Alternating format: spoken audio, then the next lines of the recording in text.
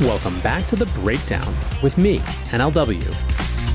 It's a daily podcast on macro, Bitcoin, and the big picture power shifts remaking our world. The Breakdown is sponsored by Nexo.io, Circle, and FTX, and produced and distributed by CoinDesk. What's going on, guys? It is Saturday, October 8th, and that means it's time for the weekly recap. Before we dive in, a quick note. There are two ways to listen to The Breakdown. You can hear us on the CoinDesk Podcast Network feed, which comes out every afternoon and features other great shows alongside The Breakdown, or you can listen on the Breakdown Only feed, which comes out a few hours later in the evening. Wherever you listen, I would so appreciate it if you would take the time to leave a rating or a review. It makes a huge difference.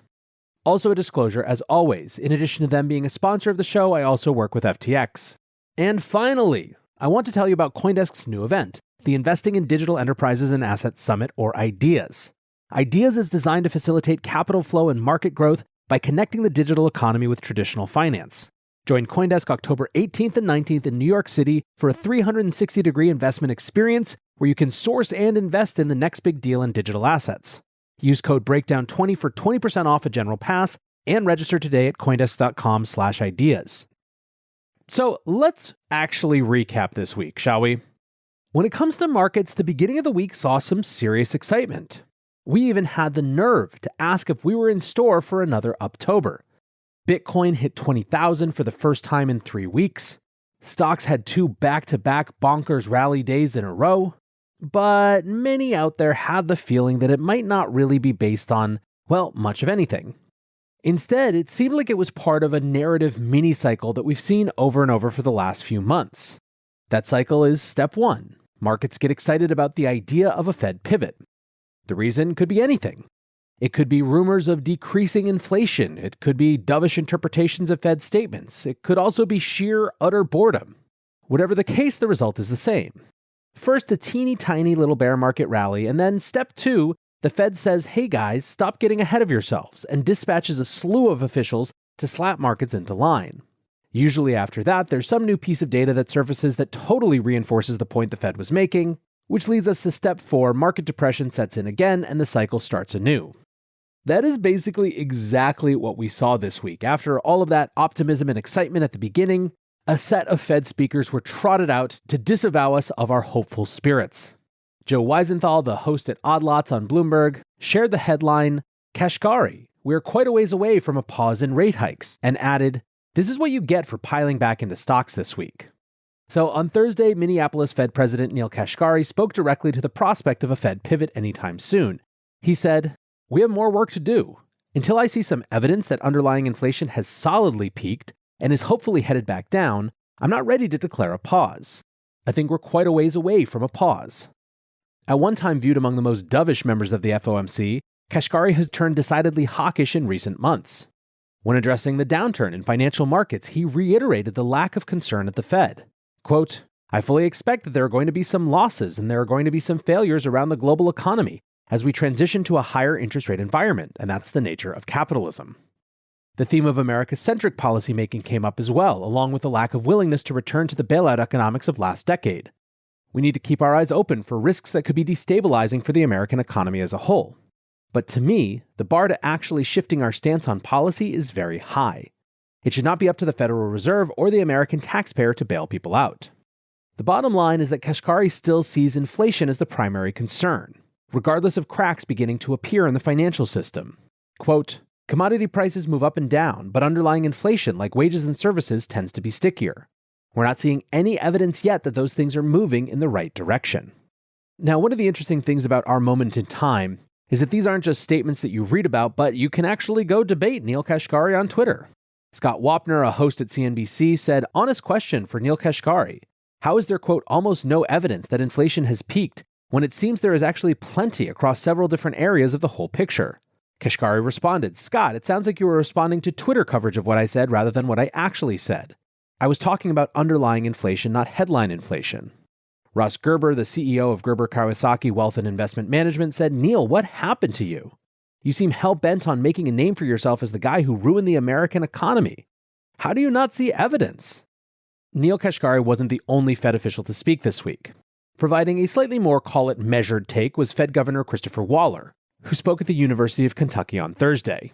He said, "The focus on monetary policy needs to be fighting inflation. We have tools in place to address any financial stability concerns and should not be looking to monetary policy for this purpose." He reiterated that the pivot isn't coming soon. "I anticipate additional rate hikes into early next year, and I will be watching the data carefully to decide the appropriate pace of tightening." Some of the most interesting comments were about Waller's belief that market stability was intact and that current market conditions do not require the Fed to slow down. Quote, "I've read some speculation recently that financial stability concerns could possibly lead the FOMC to slow rate increases or halt them earlier than expected. Let me be clear that this is not something I'm considering or believe to be a very likely development.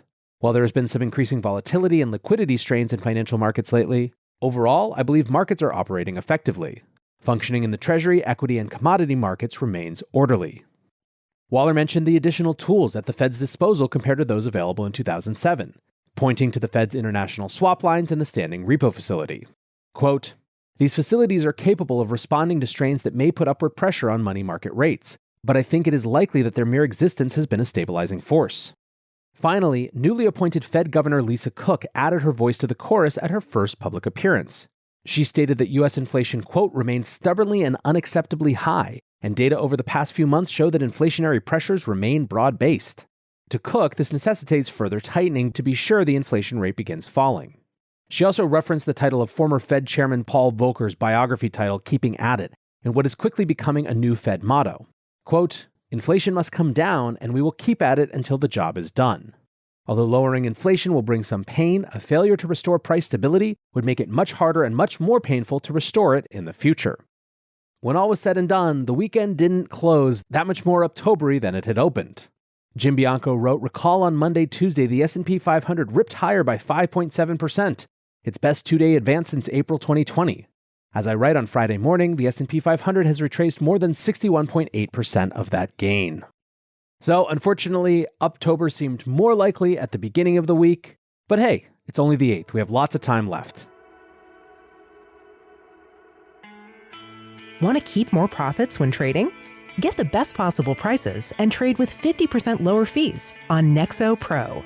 The new spot and futures trading platform uses aggregated liquidity of over 3,000 order books collected from multiple sources. Utilizing the complete Nexo suite allows you to earn interest and borrow funds as you wait for the next trade setup. Visit pro.nexo.io. That's pro.nexo.io and sign up today. The breakdown is sponsored by FTX US. FTX US is the safe, regulated way to buy and sell Bitcoin and other digital assets, with up to 85% lower fees than competitors. There are no fixed minimum fees, no ACH transaction fees, and no withdrawal fees. One of the largest exchanges in the US, FTX US is also the only leading exchange that supports both Ethereum and Solana NFTs. When you trade NFTs on FTX, you pay no gas fees. Download the FTX app today and use referral code BREAKDOWN to support the show. For the second half of this weekly recap, I want to hone in on Ray Dalio. This week it was announced that he is fully transitioning out of Bridgewater, the hedge fund that made him famous. And so in recognition of that, we're going to read a few of his recent threads. Before that, by way of background, Ray Dalio was a pioneer of quantitative strategy. He launched his firm, Bridgewater Associates, in 1975, beginning with a focus on advising corporate clients on currency and interest rate risks. It was relaunched as a hedge fund in 1990. Bridgewater became known for its use of computer analysis and developed a strong reputation in macro investing. It launched its flagship all-weather fund in 1996, which pioneered the risk parity approach to investing. In that approach, uncorrelated and anti-correlated assets like stocks and bonds could produce a strategy which could make strong returns during all market conditions. The firm was notorious for refusing to grow beyond its capacity to post strong returns, closing its books to new clients in 2000. The strong returns were legendary, with the firm posting an average return of 11.5% annually across 28 years, and doing particularly well in 2007. According to Barron's, quote, "Nobody was better prepared for the global market crash." In recent years, Dalio has become as well known for his writing and speaking as for his investing. During 2020, he loudly declared that cash is trash as the Fed's money printers weren't up to speed. He announced that he was supporting an allocation to Bitcoin in January 2021. He has been early and outspoken about China's rise to power throughout the last decade. And in November of last year, he published Principles for Dealing with the Changing World Order, Why Nations Succeed and Fail. The book laid out Dalio's theory for how nations rise and fall in the global power structure and centered around the transition between global reserve currencies over the centuries. So in recognition of this changing of the guard at Bridgewater, which I think hardly will mean Dalio is going away as a public presence, in fact it could mean that he's going to be even more present, let's read a few of his recent threads. We're going to start with what makes a country healthy. As a global macro investor for over 50 years, I've spent a lot of time studying what makes countries healthy and unhealthy, and observing how the decisions made by policymakers impact the trajectories of their countries. I like to quantitatively measure those forces so I can build systems for making decisions better. For that reason, I converted my learnings into measures and models that show each country's strengths and weaknesses, or what I call their powers. I measure 18 different types of powers in 18 different indices, which are all made up of many indicators. These power indices measure the strengths of influences such as education, innovation, and technology development, the civility of the people, economic output, reserve currency status, military, and many others. They in turn are combined into one overall reading of each country's power. Because they are quantitatively measured, one can see the relative strength of countries in all of these dimensions, and can see whether the country is strengthening or weakening in these several ways. Now, obviously, this little mini thread is just a teaser for something else, but I think that it shows a couple things about Dalio right now. The first is where his interests lie, and it's clearly on big picture power shifts, for lack of a better phrase. He's honed in on the geopolitical, and to the extent that economics are a part of that, it's subservient to the larger structural questions of power in the world today. Second, he is clearly applying this sort of econometric approach that he had in his investing to thinking about those power shifts. And while I think that necessarily means that there will be lots to argue about in terms of how he particularly defines things, for example, civility of the people, I have no idea what that means, but it raises all sorts of red flags for me just on spec. But the point is that these are really interesting things and specific things to debate that get outside of the normal political discourse. Next, let's read a thread where he hones in on one of those things that makes a country healthy, in this case, education. On June 13th, Dalio wrote, "To be great, countries must have strong education, which is not just teaching knowledge and skills, but also strong character, civility, and work ethic. These are typically taught in the family, schools, and religious institutions. That provides a healthy respect for rules and laws, order within society, low corruption, and enables them to unite behind a common purpose and work well together. As they do this, they increasingly shift from producing basic products to innovating and inventing new technologies. For example, the Dutch rose to defeat the Habsburg Empire and become superbly educated. They became so inventive that they came up with a quarter of all major inventions in the world, the most important of which was the invention of ships that could travel around the world to collect great riches, and the invention of capitalism as we know it today to finance those voyages. They, like all leading empires, enhanced their thinking by being open to the best thinking in the world. As a result, the people in the country become more productive and more competitive in world markets, which shows up in their growing economic output and rising share of world trade." So again, here you're getting a little insight into how he thinks, and boy, is this man suited for Twitter. The historian in me wants to fight instantly about the extent to which he is ascribing the invention of capitalism as we know it to the Dutch. But the point is that, again, you see here this systemic thinking and applying the lessons of the past to the present. Next, a little vignette from June 16th on the US running out of money. In 1971, when I was a young clerk on the floor of the New York Stock Exchange, the United States ran out of money and defaulted on its debts. That's right, the US ran out of money. How? Well, back then, gold was the money used in transactions between countries. Paper money, like the dollar, was like checks in a checkbook in that it had no value other than it could be exchanged for gold, which was the real money. At the time, the United States was spending a lot more money than it was earning by writing a lot more of these paper money checks than it had gold in the bank to exchange for them. As people turned these checks into the bank for gold money, the amount of gold in the US started to dwindle. It soon became obvious that the US couldn't keep its promises for all existing paper money, so people holding dollars rushed to exchange them before the gold ran out. Now, this is obviously territory that is well trodden for Bitcoiners out there, but it also gives a historical sense of where Dalio is coming from. One of the biggest moments for Bitcoiners in Dalio was when he wrote his piece, What I Really Think of Bitcoin. He published it in January of 2021, and the reason he wanted to write it was that he felt like those who were interested and excited about Bitcoin were taking his words in one way, while people who were against it were taking it a different way. And so he wanted to just state it for the record in a definitive form. He writes, "I believe Bitcoin is one hell of an invention. To have invented a new type of money via a system that is programmed into a computer and that has worked for around 10 years and is rapidly gaining popularity as both a type of money and a storehold of wealth is an amazing accomplishment. that, like creating the existing credit-based monetary system, is of course a type of alchemy, i.e. making money out of little or nothing. Dalio goes on to talk about how, quote, there aren't many alternative gold-like assets at this time of rising need for them, because of all the debt and money creations that are underway and will happen in the future. Because of what is going on in the world, besides there being a growing need for money or storehold of wealth assets that are limited in supply, there is also a growing need for assets that can be privately held.